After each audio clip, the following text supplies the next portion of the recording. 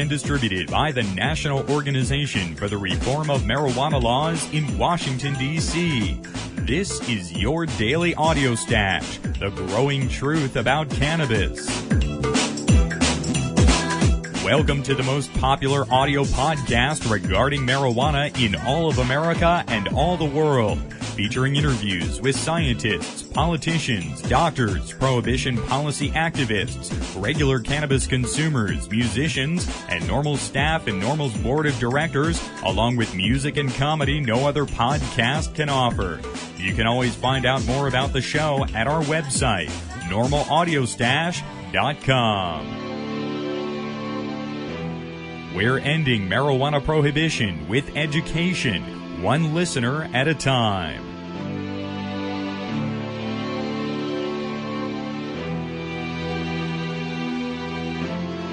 Welcome back to the Audio Stash today, Wednesday, April 25th. I'm your host, Chris Goldstein. Take a moment to join us at NORML to end marijuana prohibition in America. We can do it together. Just visit NORML.org. Today's audio stash is going to be all about vaporizers and vaporization. There's a number of new studies out this week regarding vaporization being a safe and effective cannabis delivery system. Really, the best way to get the most amount of THC from marijuana into a human being. That is what we're going to talk about here today. First up today is news from NORML. Yesterday, here on the Audio Stash, we spoke with Bernie Ellis about his legal cases that stemmed from growing medical marijuana on his Tennessee farm. We had actually conducted that interview late last week. It turns out Bernie was arrested yesterday by Tennessee law enforcement and placed into lockdown. Bernie was serving a term in a halfway house and had only a few weeks remaining before he would be free of his sentencing obligations. Tonight, there's a benefit concert in Nashville to help save his farm from a property forfeiture action taken in relation to his case. The concert will go ahead as planned tonight, and we hope there will be an even bigger turnout of support for Bernie because of these recent developments. Alan St. Pierre, the executive director of NORML, is in Nashville today to MC that concert event tonight, and also to help Bernie with his arrest. We had a chance to catch up with Alan just a few hours ago. Alan, thank you for taking time to join us here on this very busy day to talk about what's happening there in Nashville. First, tell us about Bernie's arrest. Quite tragically, because Bernie has raised his profile so high and been on the front page of the Tennessean, a major paper for pretty much the entire state, if you will. He's a major piece, if not the front page today of the Nashville Scene, which is their city paper, and he's had a lot of other major articles written about him in the last couple of weeks. And so with that, the judge that is overseeing his case has taken him out of his halfway house and placed him under lockdown such that he cannot participate in the activities, including a debate today at Vanderbilt University, his alma mater, which I'm attending in his absence, and tonight's actual benefit, which ironically is called Save Bernie's Farm, and he will not be there tonight to help promote what looks like a very large and responsive crowd to what's been going on with Bernie's plight. So he, right now, is in lockdown. This is almost unbelievable, Alan, that this is happening to Bernie today. What are his prospects here? How long could he remain in lockdown? Well, this is really kind of scary. If I'm not incorrect, he's only about 15 days out from being done with his halfway house experience and, for all intent and purposes, out of the criminal justice system that he's really been laboring under for the better part of 3 years and 18 months in this halfway house experience. If he is found in any violation, substantive violation, he could be immediately sent back to jail proper and certainly have his halfway house experience extended by many days to weeks. So that's one aspect of it. But what we found out in the interim here is that, the judge has really been upset by his high profile, and I think what is just so jarring is the idea that the judge is upset with Bernie's, what I thought was pretty mild criticism of the judge's attitudes and the punishments he's meted out to Bernie, that he just, in that mild criticism, took such umbrage with him that that's one of the reasons why Bernie is in lockdown, is because he essentially criticized the judge. And so what does the judge do? He puts him in lockdown. So I know what my rhetorical lines are going to be today. This is just so sad and astounding, Alan. I mean, could this really backfire for the judge, though, here? Jailing Bernie the day before his benefit concert, that could really serve to raise his profile even further. I think it is going to. I mean, I've already been very busy talking to a lot of folks who have already covered Bernie's case, and I'm hoping to talk to the columnists from the Tribune News Services that wrote a big piece on him a few weeks ago to apprise them of what's going on. And yes, this is certainly just another chapter in the saga of a one Bernard Ellis. Alan, we know that tens of millions of Americans every day smoke marijuana, and perhaps tens of thousands are cultivating it. But, you know, we're seeing the government really come down overly harsh on anyone who speaks out for marijuana reform in high-profile manners like Ed Rosenthal and Mark Emery and the like. Well, yes, it is, and there are many sad examples that are starting to arise. Ed Rosenthal, Angel Rach, Ed Forchion. I mean, you can think of many examples where once a medical marijuana patient takes a high profile, the government and certainly the prosecutors often behind the case really get agitated and somehow forget that these individuals also have First Amendment rights to express what is going on, to tell their story in real time, and to take them out of the flow of information and to be working in concert with people outside of jail cells. Oh, this is just unbelievable. So, yes, it really enforces, if not makes clear, why NORML exists, why people like myself do what we do. It just makes no sense at all to see what is being done to Bernie at this point of his experience in the criminal justice system, simply for growing a little bit of marijuana for his medical need and giving it away to patients in an altruistic manner. Alan, you're there in Nashville today. I know you're helping work on this situation. What's being done to help Bernie right now? Yeah, there are lawyers working on it. The PR side of it's being worked. His friends are trying to, impress upon the judge why it would be beneficial to everybody to let him come out and to not be what appears to be petty and vindictive. Certainly not a good style for a judge. And again, Bernie has, I believe, held himself out as such a gentleman throughout this process. He has been so humble, so respectful to the system. I think when the reporter asked him about his views on the judge, and he gave his opinion that he should not be punished for such.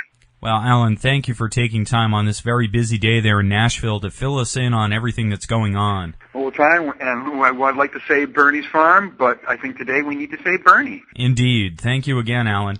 Alan St. Pierre is NORML's executive director. He's in Nashville today to MC a benefit concert tonight for Bernie Ellis. Bernie was arrested and put in a lockdown yesterday for speaking out about marijuana reform, and he appeared here on the Audio Stash yesterday. More information about the concert and Bernie Ellis is available at SaveBerniesFarm.com.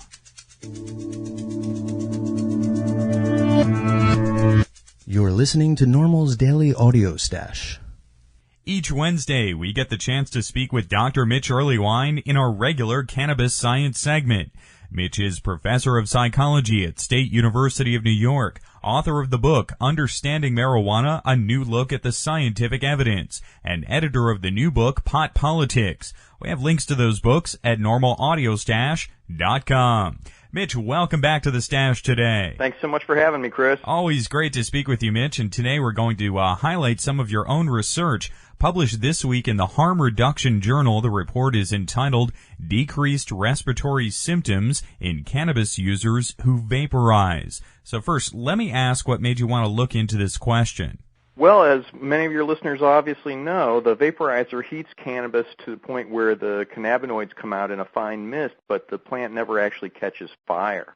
And so that seems like there's such a wonderful potential here to decrease any respiratory symptoms that might be related to heavy cannabis smoking. I have seen lots and lots of papers, including some others that we've talked about before, showing that this has this potential, but we've never actually seen anybody report on their respiratory symptoms who used a vaporizer. So in this study, we had, a very large sample of internet users and over 150 folks who said they vaporized as their primary method of using cannabis. And those folks were basically 60% less likely to report any kind of respiratory symptoms than folks who smoked comparable amounts but didn't seem to use the vaporizer. Now, we do hear this respiratory problem argument used a lot in opponents to medical marijuana. They say, people with medical conditions shouldn't be smoking anything and that smoking cannabis could cause other problems. I mean, that argument is so laughable to somebody who's suffering from AIDS-related wasting or, cancer chemotherapy-related nausea. I mean, they've got to find the idea of having a cough pretty mild compared to the symptoms they're already experiencing. But now that we do have some data to suggest that the vaporizer will sidestep any of these problems, I feel like that argument against medical use has got to take a dive. I think if people are going to lean on this notion that some cancer patient should worry about getting a cough or a little bit of wheezing, they're going to have to respond to the argument that now we have a new technique for administering cannabis that doesn't create any of those effects. So on to your next argument, please. And Mitch, what would be the advantage to vaporization as opposed to another smokeless delivery system eating cannabis? Well, as we've found with some of the Marinol research, it just takes a long time for any oral administered drug to have its effects. So it's got to go down in your stomach and get digested in the intestine and broken down by the liver and all this stuff, whereas an inhaled vapor can have its impact literally within seconds. Now, it seems impatient, perhaps, but if you're the one experiencing the nausea or the vomiting, you want to get rid of that as fast as you can. And so, of course, a vaporized substance, something that you can get in your system within a few seconds, is going to be a lot more desirable than something that's going to actually require that you swallow it when here you are feeling nauseated and ready to vomit anyway. Swallowing yet another thing seems a sure cruel kind of attempt at combating some of those symptoms. And essentially, vaporizers get more of the THC that's in the marijuana into your body. Markedly more of the THC makes it into the user as opposed to joints, pipes, or bongs. Is that right? Depending on which vaporizer you use, in fact, you've got much better control over how much of the mist is actually generated. Because it never catches fire, there never is any smoke. And then that side stream smoke or slipstream smoke that's so typical of any ignited instrument, basically, isn't an issue. So people do report that their cannabis seems to go a little further. Don Abrams has some data in the laboratory suggesting that it's at least as good at getting THC into the system, if not a little bit better. And then his data show that people are exhaling less carbon monoxide, which is usually a good sign that they're doing less harm to any kind of respiratory function. And I'd say, with his data, the data that Dale has generated, and now this study of mine, it seems we've got a pretty clear message here that the vaporizer is the way to sidestep any respiratory symptoms related to cannabis use. Now also, Mitch, regarding this study itself, you and your colleague conducted the study online. Is the Internet really becoming key to getting regular people participating in this type of research? I'm finding that folks appreciate the anonymity of the Internet on this kind of arrangement, and there's some data from Taiwan suggesting that people who take the same questionnaire in person versus on the Internet, when they're on the Internet, they actually report some things that are, shall we say, less socially desirable than they do even when they're just sitting there in a relatively anonymous large room filling out questionnaires. And I'm hoping that this will be the wave of the future, in part because it just gets to the people who might be unwilling to come into the lab under other circumstances. So if I said, hey, come drive to my lab and fill out this questionnaire, maybe the people we're most concerned about as far as heavy substance use in general wouldn't be willing to do that, whereas lots and lots of folks have web access, and so they might be willing to go ahead and fill out a questionnaire online, even if they wouldn't be willing to come to the lab. The drawback, of course, is not everybody has web access, and then there may be a pretty important segment of the population who isn't going to get represented in data like this, and I mentioned that caveat in my research here. But in fact, I think, if anything, those people would probably be the ones who are perhaps more likely to benefit from a vaporizer, and the only way to find that out is to do more work. And Mitch, there are a lot of vaporizer products out there on the market now, and they're kind of expensive. Is that expense really in these devices, is that what's holding vaporization back from being more popular as a delivery method overall? I have some unpublished data suggesting portability and expense are the two things that have come up most often as barriers to using a vaporizer. Folks are working on a more portable vaporizer that would be battery operated and something you could actually carry around. The problem with the expense is definitely improving. I mean, the Volcano, the Cadillac of vaporizers, so to speak, was close to $1,000 when it first came out. And I believe now with a little shopping you can get one in the $600 range. And some of the Vapor Brothers, Vapor Doc, those kinds of things are definitely in the $150 range now. When people are asking me about it, I say, well, it's markedly cheaper than an iron lung, and we kind of have to keep that in mind.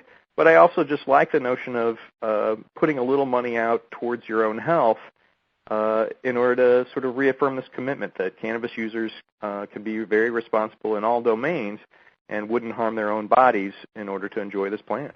Now, because the cannabis does not combust, vaporizers are being called a smokeless delivery system. That label of smokeless, is that a good representation here? I find that's a good way of thinking about it, and in fact there isn't any smoke, and if there ever is, it's usually just human operator error or something like that, and it suggests you need to turn down the heating element a little bit.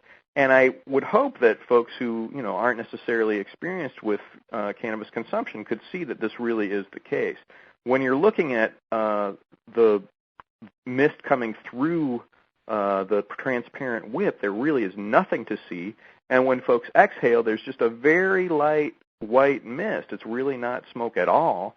And it's much more comparable to the vaporization we see in like the treatment of asthma or something like that, where a psychoactive or an active substance just gets into the air in little particles. It's not that anything has been set to flame. And in states that do allow medical marijuana, is the expense of these current vaporizers on the market justified in patients overall with all of their medical expenses and treatment? I would think it would be adaptive in the long run. When you think about how inexpensive cannabis is relative to other drugs, particularly anti-nausea drugs right now, which I find that, those are growing by leaps and bounds, and I'm a big admirer of the folks who work on the anti-nausea drugs, but right now they're just so expensive relative to what just a couple of dollars worth of cannabis could do in a day.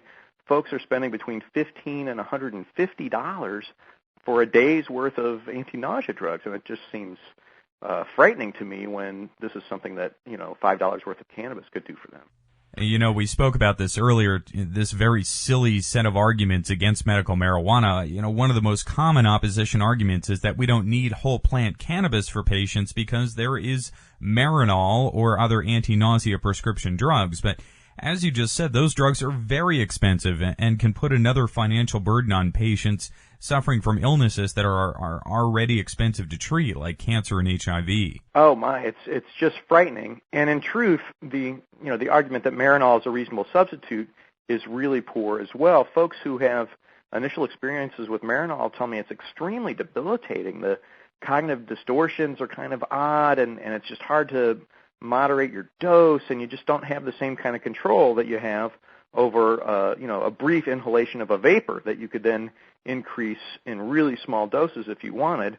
Some folks will tell me there's a 5 milligram and a 10 milligram, and a 5 milligram does nothing, and 10 milligram turns you into an idiot. I mean, that's nothing to look forward to if you're trying to stay productive in your day.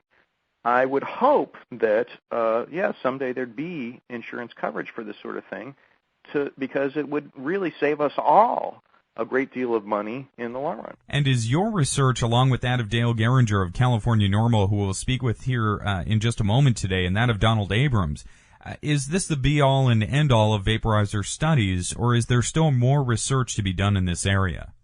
I actually just received some funding to ask people to switch to a vaporizer, so it's no longer correlational. I'm actually going to conduct the experiment here.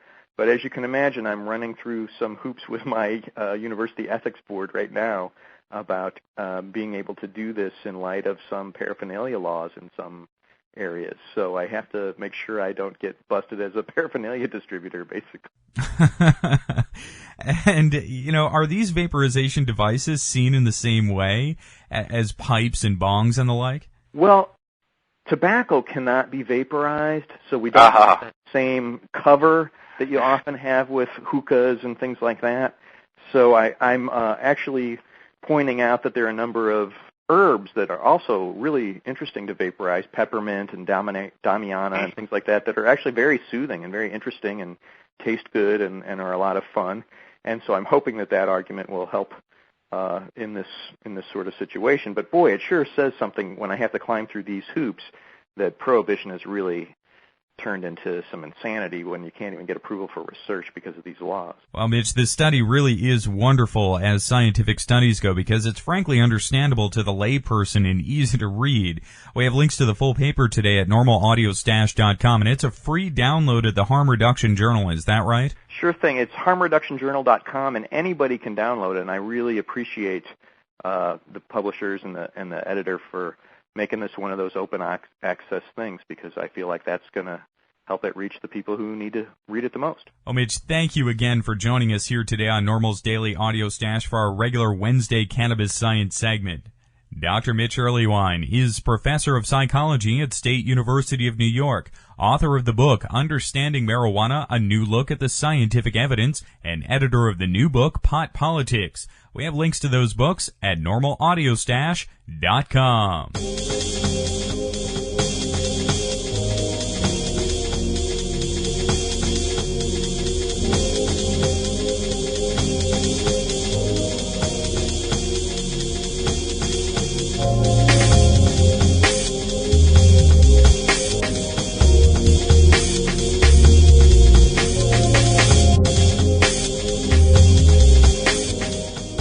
Next up today, we'll speak with Dale Geringer. He's the coordinator of California NORML and has conducted a large body of scientific research regarding marijuana, including with vaporizers. You can find out more about Dale and his research at the jam-packed, information-filled website, canorml.org. We have links to it on our homepage today. Dale, welcome back to the Audio Stash today. Good to be here. Great to speak with you today, Dale. Now we're going in depth on the NORML weekly press release story from last week. Smokeless cannabis delivery system found to be safe and effective. Now, in the press release, there's this idea of higher plasma concentrations of THC for those who used vaporizers. Tell us what we're talking about here. All they were saying was that the vaporizer appeared to be more efficient delivering THC from a given amount of cannabis than combustion did. They took the same amount of pot and they put it basically in a pipe and had people smoke it, and then they compared the amount of THC that actually got in their bloodstreams, looking at the blood, with the amount that they got when they vaporized the same amount. And the vaporization was somewhat more efficient. Just mildly so. There is a problem. It's long been known that there's a problem when you burn marijuana. For one thing, aside from the loss of all the slipstream smoke and things like that you get, there's combustion of the THC. THC is actually degraded by combustion, turns into CBN, which is not very psychoactive. This seems to be one of a minor advantage of vaporization is slightly increased efficiency on the delivery of the THC in the cannabis. Now, the biggest advantages touted with vaporization is the fact that users do not inhale any combusted smoke and in turn no hydrocarbons or things like that. So it sounds like this method of vaporization really is the best technique yet for THC delivery into the body. Well, that's been the notion, and basically that has been demonstrated earlier in research that we sponsored at California NORML and the MAPS, using the same device that was tested by Dr. Abrams, the vaporizer, and a couple of other devices we tested also in previous work in a lab that in Massachusetts. that was expertise in studying smoke. But basically, what we had found in earlier work was when you analyze the vapor that came off of the volcano vaporizer, literally hundreds of hydrocarbon byproducts of combustion were suppressed when you vaporized as opposed to smoking. In fact, when under vaporization, we found that basically there were only like half a dozen compounds that actually got into the vapor, most of which were cannabinoids. There were a couple of unidentified components, although one of which was not unidentified. One of which was a terpene. The terpenes are the chemicals that give the odor to marijuana. And by the way, there's increasing evidence that the terpenes have medical activity of their own, and that the differences between different kinds of marijuana may, in many cases, be due to differences in these terpenes. There's many terpenes, and they really have not been investigated that well. But the vaporizers seem to deliver the THC and the terpenes and pretty much nothing else. Whereas when you smoked it, you got just hundreds of other chemicals that were all combustion byproducts and presumably toxic to the respiratory system. And is it just because this technique is so relatively new that more folks aren't using this delivery method every day? Yeah, well, there's still development work to be done. A portable vaporizer has been, I think, the holy grail here. Most of these, you need to plug them into the wall to get the electricity to run the heat. There are actually a couple of portable models that I have seen that look like they work. The problem with the ones that I have seen is that they don't have very good capacity, and you have to grind up the cannabis very finely into actually you use kief or something like that, which takes quite a bit of prior preparation, so it's not the easiest thing to use. But I expect there to be more work done on this and more innovation on coming up with a good, cheap, portable vaporizer. There's actually a bunch of cheap portable vaporizers that may not be so good and effective, though. That in fact you can find at a lot of head shops and elsewhere. There are these glassware products which purport to protect the marijuana from combustion. They're designed in such a way that you put the marijuana in this glass or some metal container or some other kind of container, which you heat from the outside with a match, and hopefully you don't heat it too hot that it burns, and you heat it enough that it produces vapor, and then you can inhale the vapor. But they don't have very good heat control. It basically works on your own exposure of the sample to the heat yourself. So they're a rough approximation of vaporizers, but not nearly as dependable as what were being tested by Dr. Abrams and ourselves, the Volcano device. And is that volcano vaporizer used in these scientific studies because it's essentially a fully automatic system? Right, and it also has one feature that's very helpful is that it has a collection balloon. The vapor goes into a balloon of a given volume, so you don't lose anything into the air, and the entire sample you can replicate the dose every time because a balloon has the same volume, and this is very good for medical studies, and that's why Dr. Abrams is hoping to use the vaporizer in future medical marijuana studies that are going on at the California Center for Medicinal Cannabis Research. We think that vaporized marijuana will displace smoked marijuana as the standard for medical marijuana research. And when people do use a vaporizer, they also get other cannabinoids as well as THC. Is that right? Yeah, but there aren't too many other cannabinoids in marijuana, actually.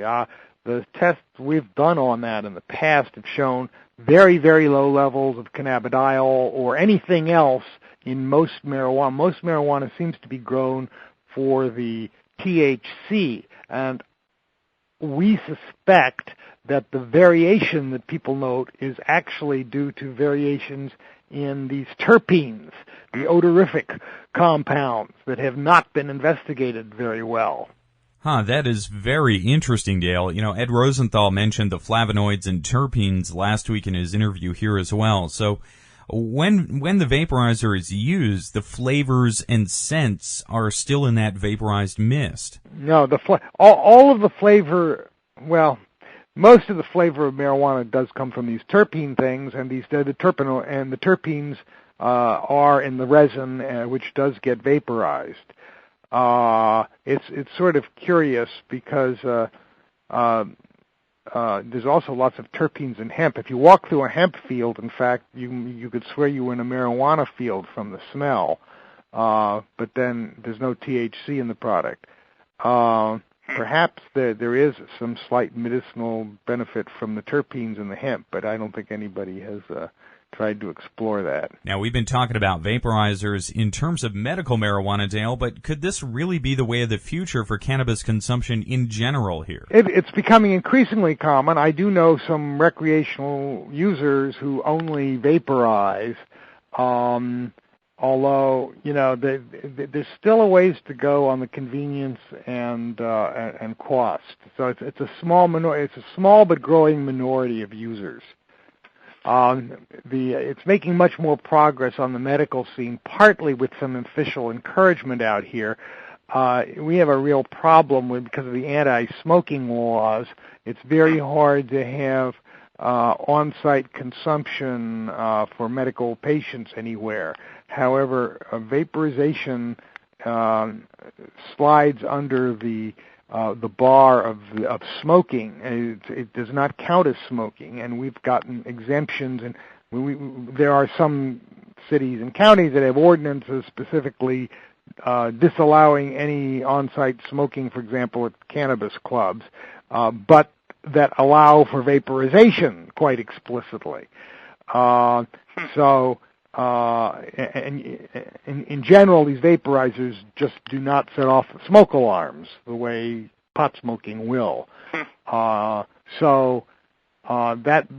been another advantage in Senate. So there's a push now for the dispensaries to have the vaporizers, and of course, in fact, there's some dispensaries out here that refer to themselves as vapor rooms or whatnot. And then the economic problem of paying for it is not such an issue because the patients can come in and use it there on the premises. It's sort of like a hookah parlor. And because these vaporizers are so efficient, would it then, I have to ask this question, would it make marijuana last longer? I mean, let users smoke less actual material for the same effect? Yeah, presumably so. I don't know how much advantage there is there. I don't think we really have very good numbers on that. But yeah, presumably there would be some improved performance in that regard. Usually, you only get about 25% of the THC in the pot that you've got if you roll a joint or smoke a pipe. About 75% of the THC just never gets into you.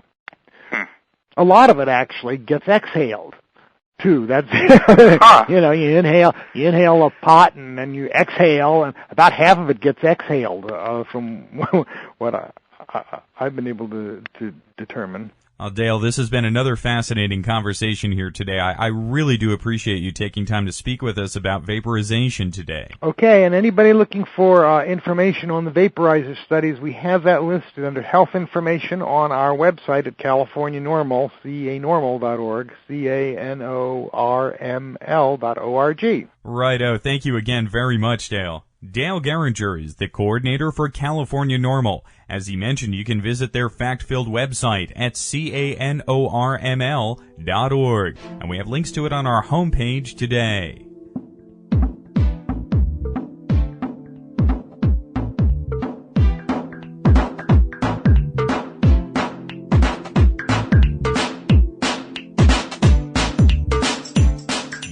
listening to NORML's Daily Audio Stash, the growing truth about cannabis.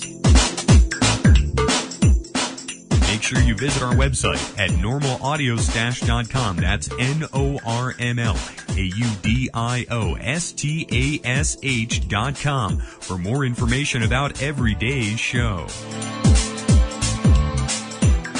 I'm your host, Chris Goldstein. Thanks for listening today. See you at 4:20 tomorrow.